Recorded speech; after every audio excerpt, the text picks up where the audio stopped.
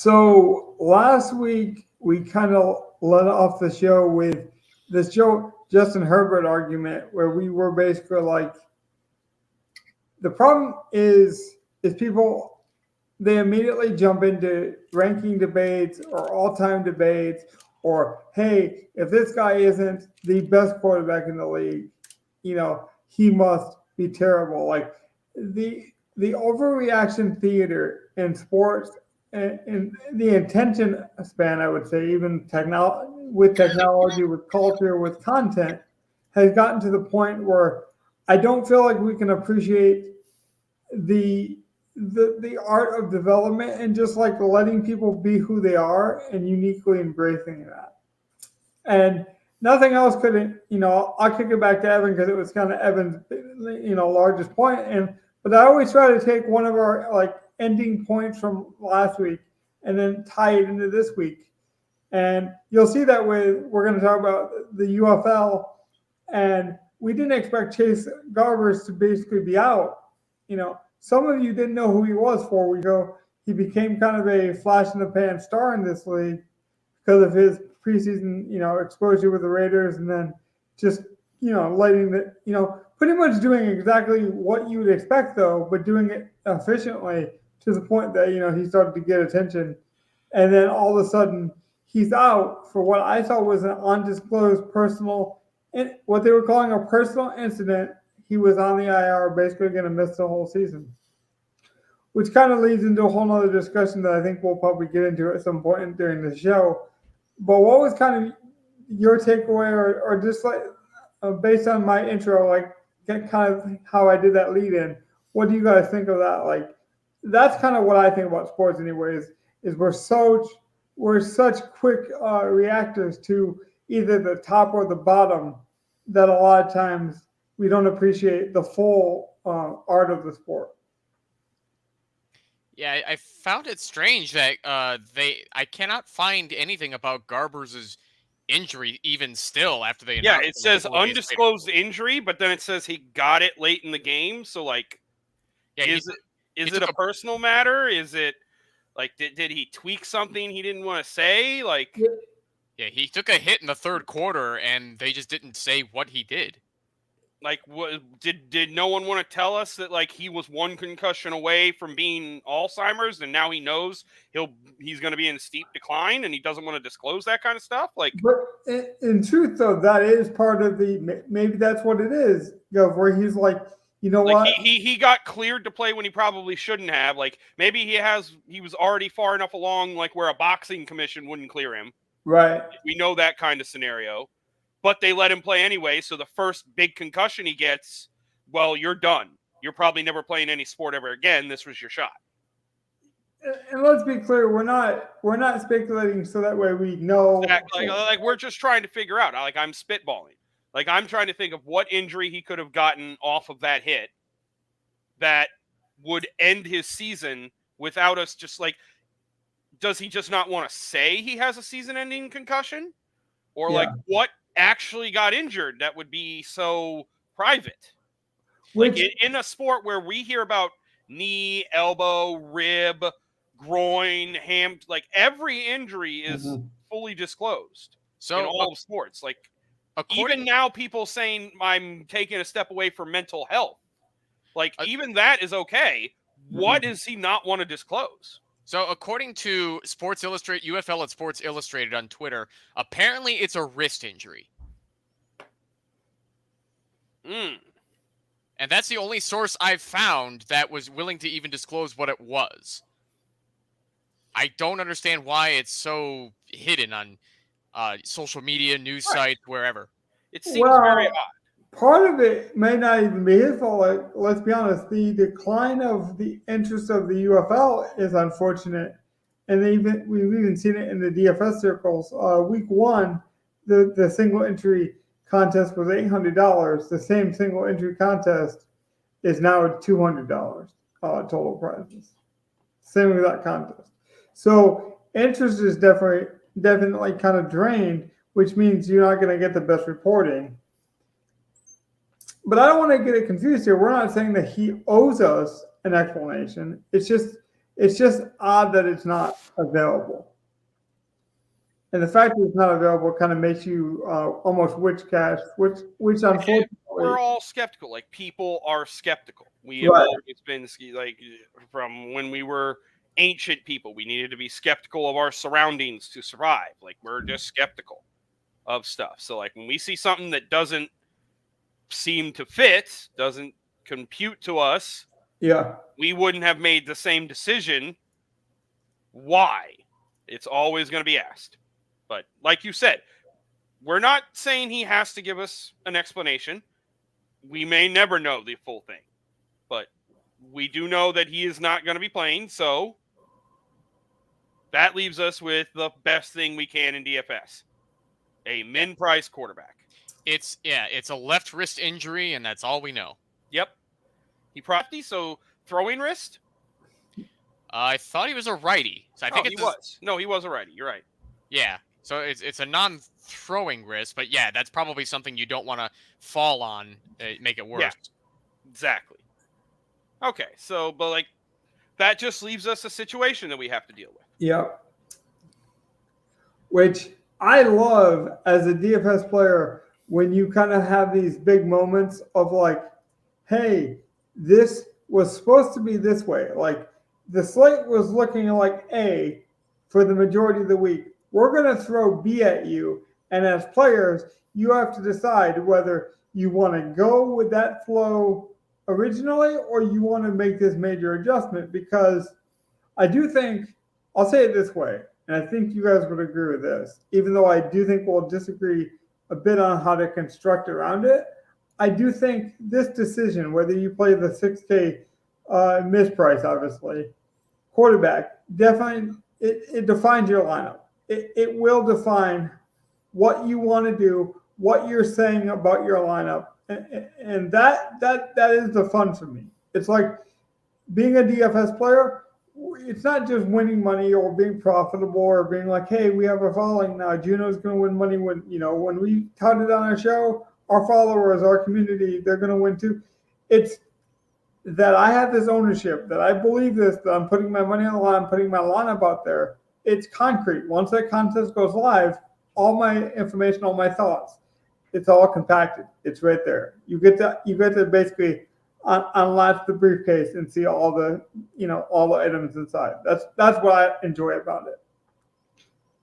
Sometimes people assume that you have to pack the suitcase the same way. You don't. I do think, though, if the 6K quarterback isn't part of your discussion and how you want to plan for your vacation, to use that metaphor one more time, like, that's where I feel like you're making a mistake. Does that make sense? Yes. So I'm not going to tell someone, oh, you have to play this guy or you're silly. Although I am a very stars and scrubs builder, so I guarantee you 90% of my confirmation bias and how I build lineups is going to have that quarterback in it. See, I was thinking, like, since we don't have Donnie tonight, let's switch it up a little bit. Mm-hmm. And let's figure out what our quarterback's going to be for our lineup. Then the three of us can just draft. I mean, we talked about the rotation. I mean, we already said it. He is going to determine how we build a lineup. So let's just get that elephant out of the room, or in the room in this case, and talk about what we want to actually go with Dormandy instead of Garbers. Like, the offense for San Antonio has been looking really good. Is that Garbers or is that the offense? Or does San Antonio go with Hogan, who they signed as a result of the injury? They said that they will go with Dormandy. Yeah. Yeah, he knows the offense, and they'll go with him. He knows now, the offense could for Dormandy before. suck for a game and Hogan play next week? That might be something to watch. Yeah. That's what I was wondering, too, if they were going to stick in Hogan in, like, the second half if Dormandy is really, really bad. Yeah. I could even see that happening, yeah. Now, Dormandy had some XFL experience just last year. I think it was XFL, if not USFL. He also played at Central Michigan, I believe, as well. So he has played in big moments. And I do think Hogan is a better player long term. So I do think he'll take that job. Hogan does not appear to be available for this week. I don't know if they even activated him.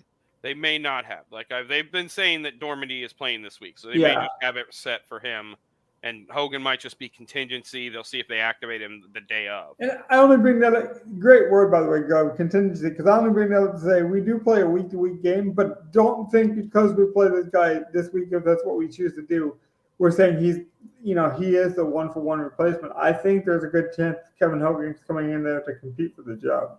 See, I'm willing, like, if we don't take the value of Dormandy, like, I'm not assuming he's going to do what Garbers did. If he does what Garbers did, you have to play him because Garbers was one of the best quarterbacks in the league putting up points. See, that's what I'm assuming. I'm assuming it's offense, like it's a Kyle Shanahan situation. He is in a good system. He has good players around him. He has some of the more explosive players, Kirkland, Cody Lattimore, NFL experienced guys. See, and maybe that is. If that's the case, then I totally agree. And I will probably be playing Dormandy myself. I don't know if he'll be my single entry because I still think someone like a Case Cookus or even the rushing upside of a Martinez from Birmingham or, as always, A.J. McCarron and his NFL pedigree, like all of those are still completely viable in their games. So I found the depth charts for tomorrow's game, Panthers at Brahmas. The depth chart right now has Dormady going over Tom Flacco. So Hogan might not even be number 2. Oh, they got a Flacco. Yeah, they have Flacco. They are related. We did find that out. Joe's younger brother. That's right. Tommy boy. Oh. But here's what's happening, though. Like you mentioned a couple weeks ago, Evan, when you said that, some teams are still treating this like a preseason kind of experiment. Dormady knows that, like, he has to perform, like, to keep the job. So you're right where he could play bad and maybe get replaced in the second half, but he also wants to come out guns blazing. Like, he's not coming in there thinking, like, oh, this job's securely mine because of an injury. Like, I definitely think there's that I need to compete to keep my job. Before we go on, Gov, do you have usage for this week? I don't. I was looking for it, but I don't have any like projections or ownership or anything. Nope. Okay, so we're gonna have to wing it here. Yep, that's what I've been having to do. But we are a few weeks into the season. Like, we can adjust. Like, we've been covering this league like it's the NFL. I know a lot of these players and a lot of these teams. Yeah. So we can talk through it at least a little bit. Do you think we have a bigger information edge now that it appears that some of the attention has dried off of this league? Like, obviously, I talked about the price pool dropping.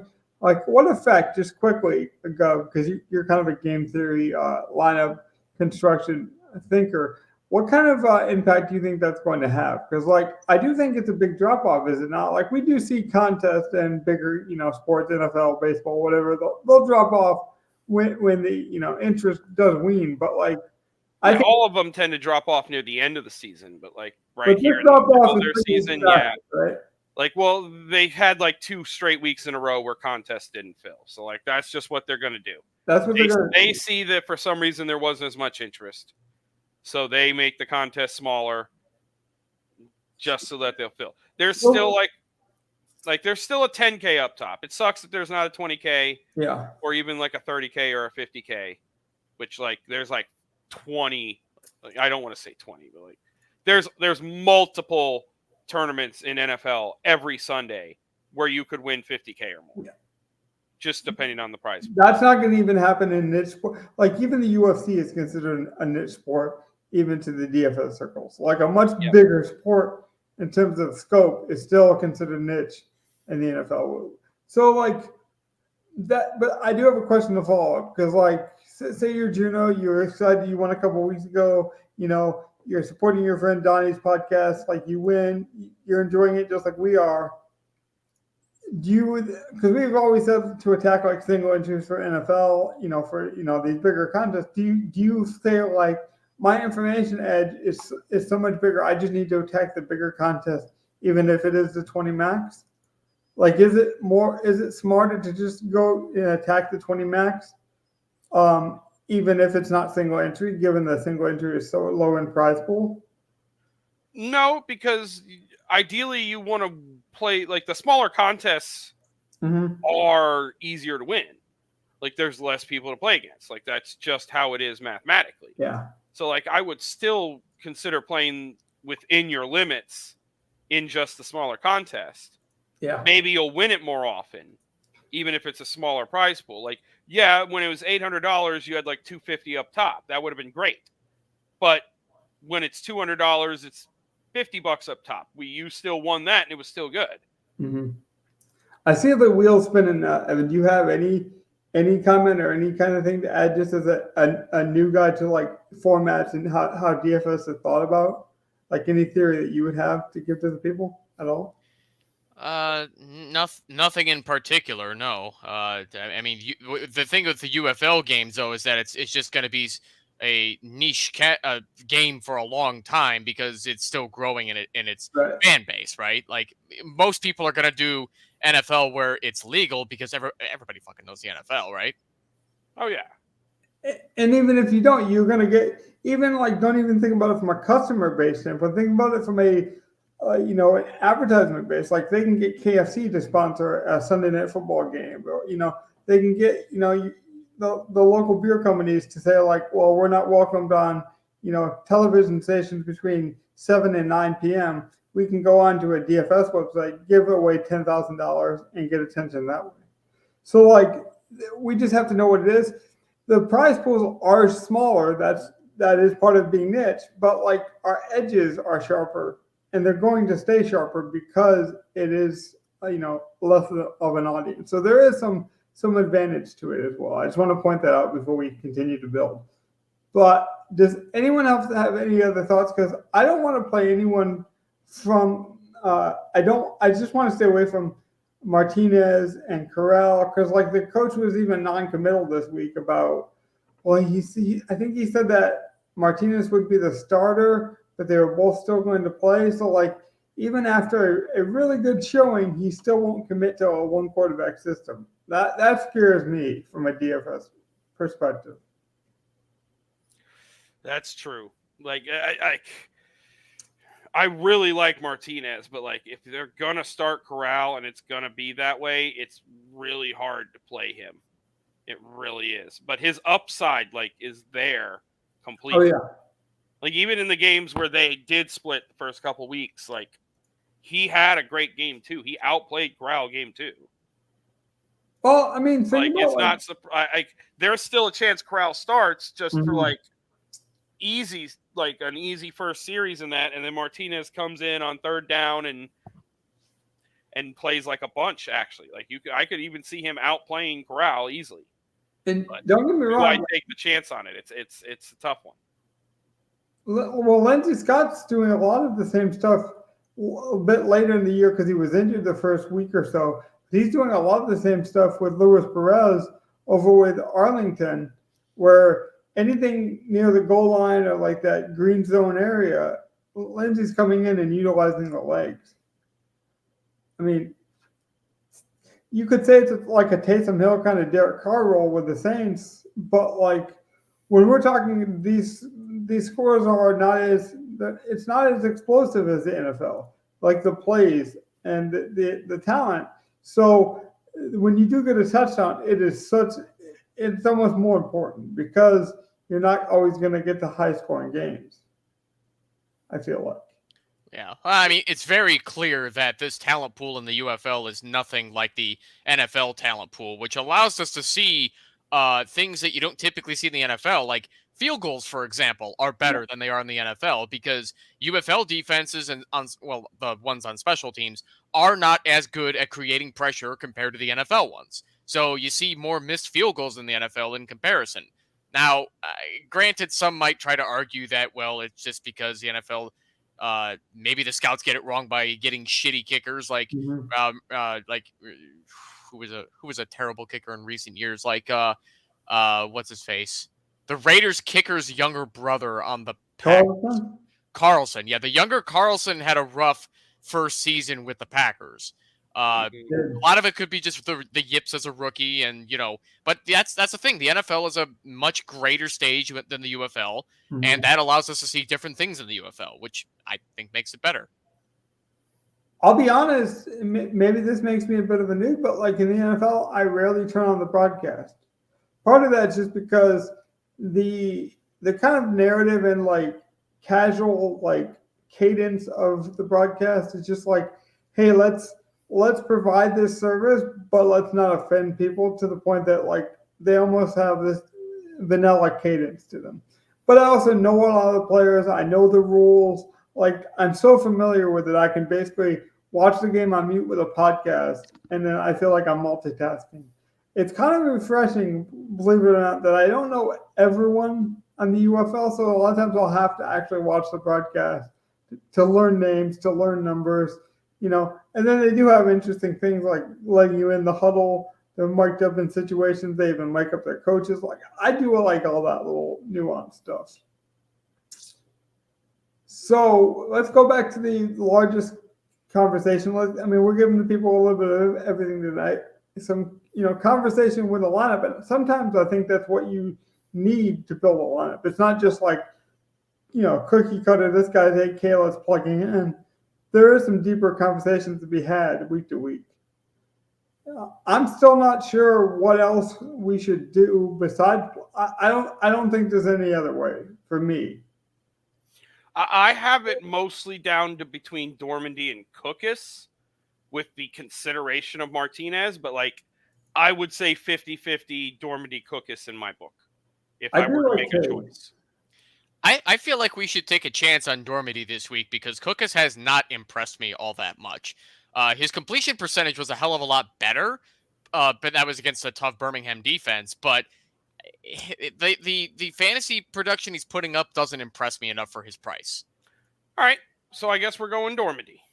One more quick question on Dormandy, because you mentioned it off the top, Gov, to tee you up. I think you said, well, the problem with playing him, though, is his ownership. You expected him and he will probably end up being the highest owned quarterback. Like people are going to understand that value that play this game. And like you might be right, but I also think that's a dangerous game where sometimes we assume that the market's a lot smarter, especially in these niche sports, where the information trickles in so much slower. Like I didn't think we were going to get Durant at 1%. Like I knew he'd be lower because they mismarked his injuries, but we got him at 1%. So, although I do agree with you, I do think his ownership will be high. I actually think he'll be like the third highest quarterback this week. I would be very surprised if Dormandy was that high. I think him and McCarron or Cookus like that will probably be the high. Like he'll be right up there with them. Like maybe he's third, but like if there's three guys above 20%, he'll be one of them. So if you guys could oblige me just for a moment for this little fun side game. I'm going to assume that he's going to be a slightly chalkier option when building, at least when I think about it. Gov, if I made you pick and said if you got in the ballpark, you could win $1,000, where would you put his ownership? Like an exact number? Yeah, exactly. But you got like a 5% leeway. And I'm going to ask Evan the same question. We're going to see who's closer by the time we air next week. Look, I'd say 33%. I would say 30. I would say 30. And the question is for Dormandy's ownership? Yeah. I think it's going to hover at 23%. And that's just because I'm guessing similar to, because I know Donnie's a big fan of him as well. I do have some of Donnie's plays, by the way, so we should get some Donnie flavor in here. But I know Donnie's a lot higher in like AJ McCarron. Do you just think like the value's there, but people are still going to go with the for sure names? Yeah, I don't think it's going to reach 30% because I think people are there will be some people who are going to try to find value in a guy like a Jordan Ta'amu despite his horrible play thus far, and they're going to go, "Oh, well, this is his bounce back week. I'm just going to stick him in because of his low ownership." So I could see a lot of people going in that direction, but I think Dormandy will at least. I don't think he'll hit 25%. So this is a fun game. If he's under 25, Evan wins. If he's over, if he's about 30 or a little bit under, I win. And if he's anything over 30, Go takes it. So that'll be an interesting. Maybe we'll check that in the review. Yeah. Yeah. By the way, we could not get a review in this week, but we pretty much did better. We'll see if we can fit it in at the end. Like I said, we kind of did talk about some of the major things like the Garber injury, and I just feel like building a lineup, we're going to talk through what happened last week enough. All right. I'm going with 27. Evan's got 69. Logan, what's your number? Let me go with 24. 24. The number is 39. All right. So that's 30 away. I think that's me, Logan, Evan. I think so, yeah. And then I will snake. And then you will snake, yes. Yeah. All right. I know who I want. Okay, yes, I kind of know who I want. Represent Donnie. Sage Surratt, lock him in. Sage Surratt. I'm not mad at that. I did not think you'd go there, though. I like I'm going to be playing him. Like his usage, his red zone usage, like he's due for a touchdown. Dude, what's crazy badly. The Like he's consistency going to in fall target. into like 3 at once at this point with the kind of regression coming his way. So give me Surratt. I will say, like, the yardage, the average, the targets, it's all there. It's just we haven't seen the big touchdown explosion yet. And he's getting the red zone targets too. Like when you get the high value stuff and it's just not, you're just not hitting and they just keep giving it to you, I'm a bet on it happening. Now, Evan, do you want to pour cold water on this at all? Like, I like the play, so I don't. The only thing I would say is that I get it. You know, you want to chase red zone usage, but I would rather chase the targets over red zone usage, just because even the UFL touchdowns are a very fluid number. That's but true. I like Surratt's targets usage, and he's getting good targets that are catchable. So I think it's still a good value play. Speaking of fluidity and trying to make sure we keep things concise here, there has been a change in the UFL this week that I forgot to mention. They are playing the majority of their games on Saturday. That is going to matter for DFS lineups, because if you kind of are used to this 2-2 format and you think like, oh, I have this PMR, don't worry about it, I'll decide tomorrow morning. No, they're playing 90% of their games on Saturday and only one in the afternoon on Sunday. So be careful how you construct your lineups. It really will matter. I will still like to have some PMR, but like I agree, I wouldn't be building full game stacks and then just being locked into that. Oh, well, if this doesn't hit, I'm screwed. Right. Or just being more aware of it, being like, hey, this is the way I like a lineup, but if we get late breaking news, you have less outs, only having one game Sunday. So it is important to at least note. Let's not forget to stick Surratt in there. So you know what it is? It's because we picked like as soon as I see one player in there, I just assume I automatically put him in. So like I see a player. What are we gonna say then, Logan? But I'm going to Arlington. I want one of the more consistent wide receivers this year. Give me Tyler Vaughn's. Now it is Vaughn's, right? I was going to say 7-13. Like, damn. And for 6,100, how the hell does he get away with such a low salary? That's well, criminal. It is wrong that someone pronounced it Vaughn, right? Because there is an S on the end. There's no way you would not pronounce that, right? Because I've heard it both ways. I'm pretty positive it's Vaughn's. That's how I've heard it pronounced more often than not. So that's what I would go with. That's what it looks like. But I have actually heard, actual professional announcers call him Vaughn. So I'm like, you know what? I'm not the guy to get on grammatical police. So let me be not the guy to say it. So I'm glad you guys helped me out there. But he's been super consistent. Like you talked about Sage Surratt just like getting work. He's like, you think 13 targets, maybe I was, clout chasing a bit, but he got 7 in the last 2 weeks. I mean, he's definitely Luis Perez's number 1 target. Yeah, and that's definitely, even though Arlington sucks, that is definitely worth chasing. That's a solid number 1 target right there. Yeah, the late game hammer indeed on that one. Like, there you go. Yeah, and the only thing that is like I say, Lindsey Scott is playing a bit more, and he doesn't have quite the chemistry with Vaughn's, but I mean, I don't know how you stay away from it.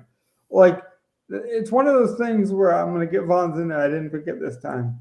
But honestly, to get those two guys at their target projections at like 9,000 is pretty remarkable.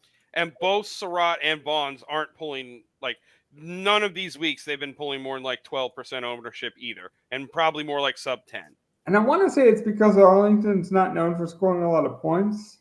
Like they haven't really been that explosive team. They haven't been, they also haven't like had the marquee game. So it'll be interesting now that, they're the only game on Sunday. Do they get more marquee attention? But the target to me, just you can't overlook it. All right. I would like to pick the running back if possible for this next one. You can snake, yeah. Yes. Let's go with Ricky Person Jr. I figured he's probably going to be a chalky running back, but his production says that we have to keep riding him out until he falls off. And even though Bama's 2 running back system, he just keeps getting touchdowns. Like He's touchdown, better- touchdown. yeah, Like, and as inconsistent as touchdowns are, he's not inconsistent with touchdowns. And that's the thing is, if he gets volume, he's gonna smash. Like he's been more productive than Marable. He's been doing very well on the ground. I guess pretty good on the ground, but even better with receiving. And I like the PPR volume. Yeah. So yeah, the floor is great. Like if you wanted to say cash game, like I'm playing Ricky Person in every goddamn cash game. Like that's floor beyond belief. Like, he just gets you 10, 12 points. Yeah, it reminds me of Alvin Kamara, where it's like people are like, well, he's not getting enough usage on the ground. It's like, okay, well, he gets work. Like you call it what you want, but receptions, carries, like he gets the ball in his hands. And I don't care if you're a running back or a tight end. That's the thing. They have an RPO system in Bama, and they're using 2 quarterbacks, so they're running the ball all the time. So, like, you have 2 quarterbacks and 2 running backs running the ball all the time, catching the ball between the 4 of them, playing this, like, weird 4-man game where 2 of them are on the field at all times. Yeah, like, hello, I'll give you a hint. Like, we play a points game, not a position game. If they're scoring points, they're good plays. Perfectly fine with that one. Yeah, no, fully agreed. And to stack up with Dormady, the first flex spot I'd like to stick in John Trey Kirkland. I think you have to keep riding him. I know he's probably going to be another chalky, expensive play, but yeah, I mean, a minimum of 9 targets in 3 weeks, you got to go with it. I like 9, 14. Like that's the same thought on Bonds with 7, 13. Like he's just getting work. Yeah, he's clearly the guy. Right. And there's a $4,000 difference between Vaughn and Kirkland. That's the thing that I find crazy. I just figured we need to spend some money at this point, so why not go with the safer option of Like Kirkland? I said, leaving money on the table will help get us different too. It will. Like, I'm perfectly fine with that. But yeah, we can totally afford not only the money, but the ownership. If Dormandy's chalky, Kirkland's going to be chalky, but that's fine. We have a chalky stack, and we've got low-owned guys who are great floor plays and great value plays. Yeah, we can basically afford any defense and any player we want. Yeah, because, I mean, we had some cash to spend. I figured, fuck it, let's do it. All right, Logan, do you want to go defense? Or, like, what defense do you like? Let's just make this... Yeah. Like, what defense do you like? I like the showboats. It's like I've been leaning, like, Houston's been horrible this year. Yeah. I've been leaning playing against them, and that's the min price defense this week. Well, that's it. I think if you go showboats, you get off of the chalky defense potentially, and although AJ McCarron is a good quarterback, he is a pocket passing quarterback. If we're gonna do Ricky Person though, like we can just pay up for Bama. I'm fine with paying up for Bama at this point. The Stallions defense. I don't think I want to play the Showboats defense against the St. Louis Battlehawks because they got a really good offense. Yeah, and I do think playing the Stallions with Dormady is a way to spend money in a way that most people won't. Yeah. See, and now we have all the money we can in a flex spot. We can literally play whoever we want. Mm-hmm. So like it's a great solid lineup with value. Like, let's see.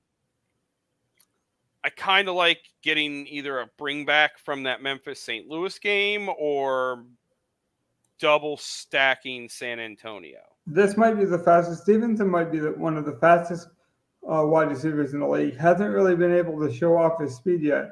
If Normandy can just unload one of the deep balls, we do see with quarterback changes, you might see a different, pecking order of the wide receivers as well too. That's always an option. Yeah. I was about to throw out Butler if you like him, Gov, as he's finally getting more targets.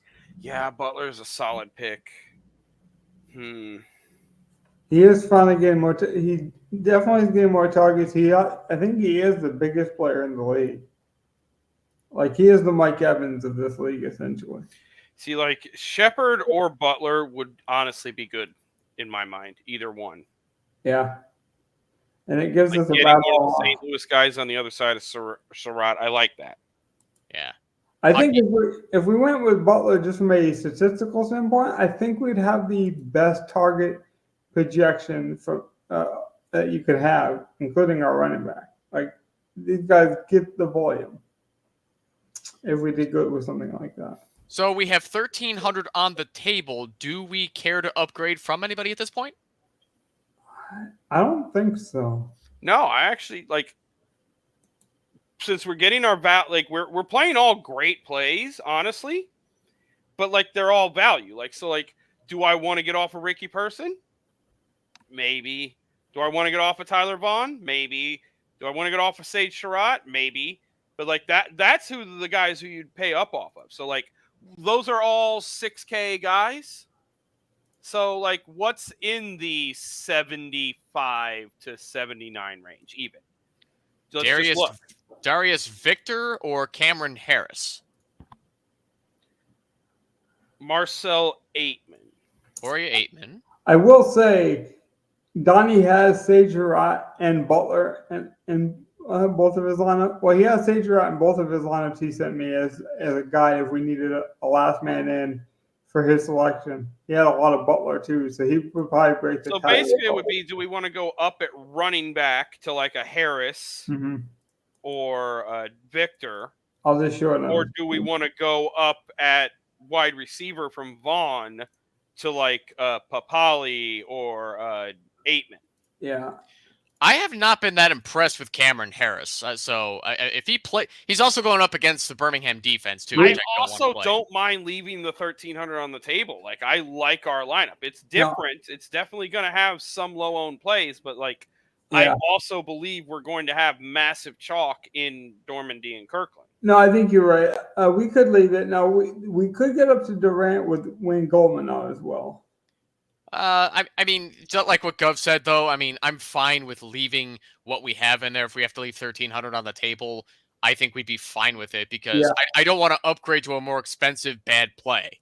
Well, let's just think about it this way. If people knew that Dormady was going to be the starter, he would be like 8K, 9K, somewhere in that range. And we can't upgrade from quarterback from here anyway because it would be what's his face, L. Scott. They don't even say his first name.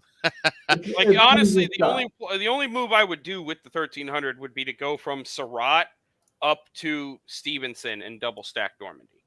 That would be like the only pivot I would even want to make with this lineup. Right, and then you look at it. Donnie even has Sage Surratt in both of his lineups, so maybe that's just a dynasty kind of like precursor that like we obviously all like Sage Surratt. I love it because if you looked at, like I say, the volume projections of all those players, I mean, it was crazy. I think our lowest receiver was averaging nine targets a game. That just it seems absurd to me. That's all I care about. Just keep chasing the volume, even if you have to leave money on the table. I just don't want to take a chance on a guy who's falling off and might not regain whatever volume he had against a good defense like Birmingham. Mm-hmm. Did you guys want to do anything else? Is there any other burning questions, topics we need to discuss? UFL related, I cannot think of anything. At least we know based on last week's what I brought up is that at least in the NHL, the Phoenix Coyotes are officially moving to Salt Lake City. Yeah. Well, talk about relocation, though, back to the UFL point. I'm not discouraged by the DFS drop off and the fact that they haven't filled, because I think there's a lot of sports betting. I think there's a lot of interest in this league. What would you guys guess is is spring football in trouble? Like, do we see this in 5 years? Do we even are we talking about it?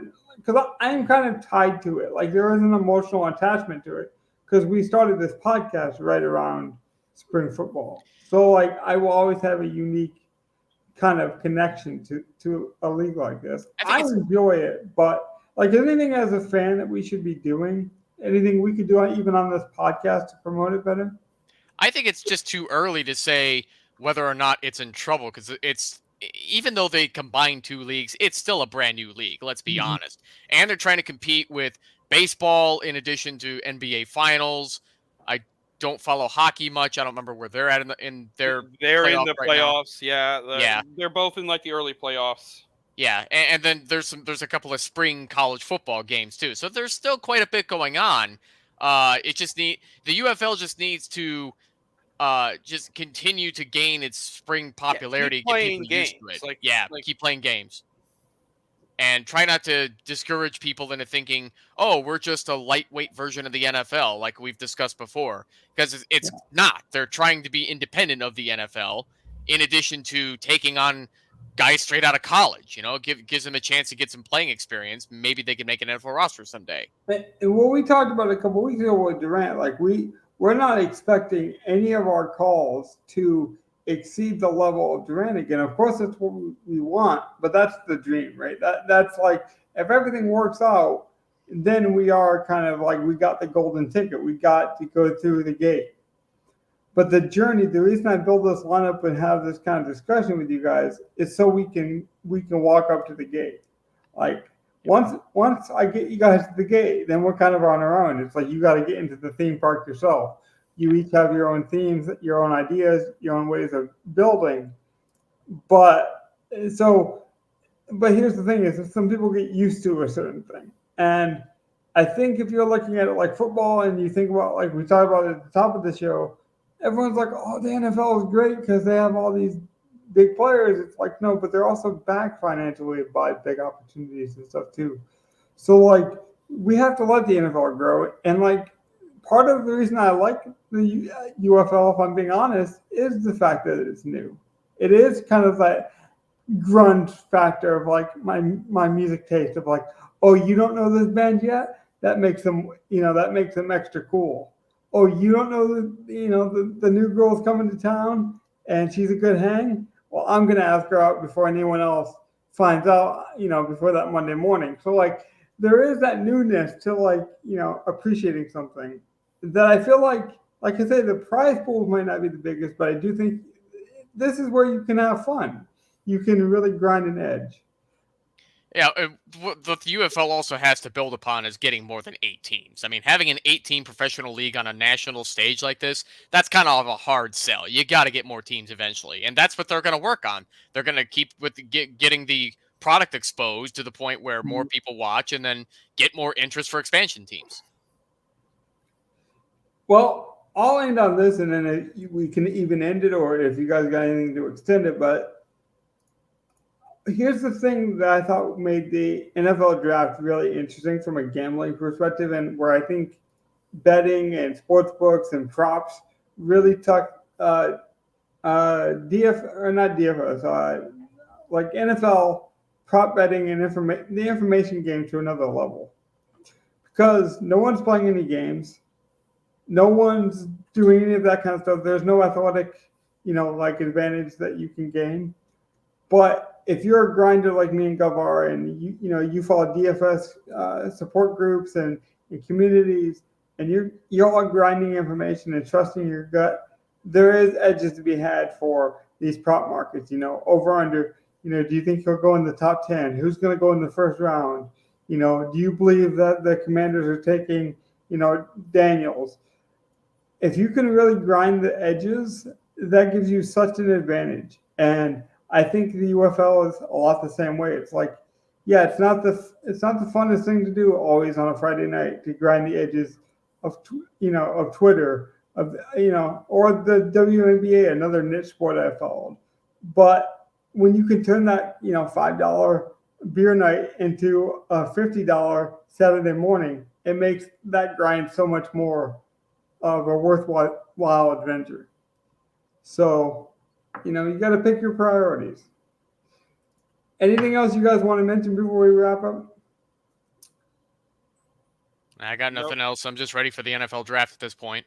Oh God, that's coming up. And baseball is getting into it, and the NBA play-in game is like, Miami's gonna have to play Boston without Jimmy Butler. What the hell, Donnie? Why aren't you here? I think there's a lot of hype on J.J. McCarthy in the NFL draft too, which is now leading people to question where the hell he's going to land. Where are all these good quarterbacks going to go? Who's going to get the good one? Is it going to be the one everyone thinks? What if the one everyone thinks is the good one sucks? Like that happened last year. It sucked. It really does suck. That wasn't Bryce's fault, though. That was the Panthers' fault. Valid, yes. I gotta give Bryce Young his due. He tried to polish a turd of a team. It's not a great team. We did spend $100 million on the offensive line. That's helpful. But I really have enjoyed the NFL draft from a informational, like, how can I gain the edge of this? And maybe that makes me a real degenerate. Like, for example, they have J.J. McCarthy at minus 3 or 200 right now to be over 5.5 picks over under it. But then, like, another sports book, like, that's where, like, FanDuel and DraftKings are usually pretty close when it comes to the competitive, market. If it's an actual game, like the Bulls and the DK line in the Bulls Heat game was pretty like the same, but the market on like whether JJ McCarthy is a top 10 quarterback is quite different between FanDuel, DraftKings, the rest of them. So it is interesting how one Shefty bomb can really, shake things up. Yeah. Speaking of which, speaking of a shakeup, I do think this is one of our shorter shows. I'd be curious to see if this helps the viewership. We have been gaining a ton of followers since we started doing UFL content. I know part of that's because we're one of the few groups that actually dedicate so much time to it. But if you appreciate that time, consider like and subscribe. It goes a long way. I know you probably subscribe to, a bunch of them and think like, okay, here's another YouTube channel in my library. But when you're a small podcast like we are that's trying to generate attention each week, these little followers matter a lot. I put Gov's second channel in the description as well. If you could go, these like 5-second, ask favors of you make it so much more appetizing and makes us more available to do these type of things. Like this is the kind of stuff that if you do for us, we can do for you more on the back end. So we appreciate it. We're going to get out of here. We kept this within an hour. That's like our world record for us. Speaking of the Olympics coming up. So without further ado, good night, guys. Take care. Have a good one. Have a good night, everybody. Peace out, everyone.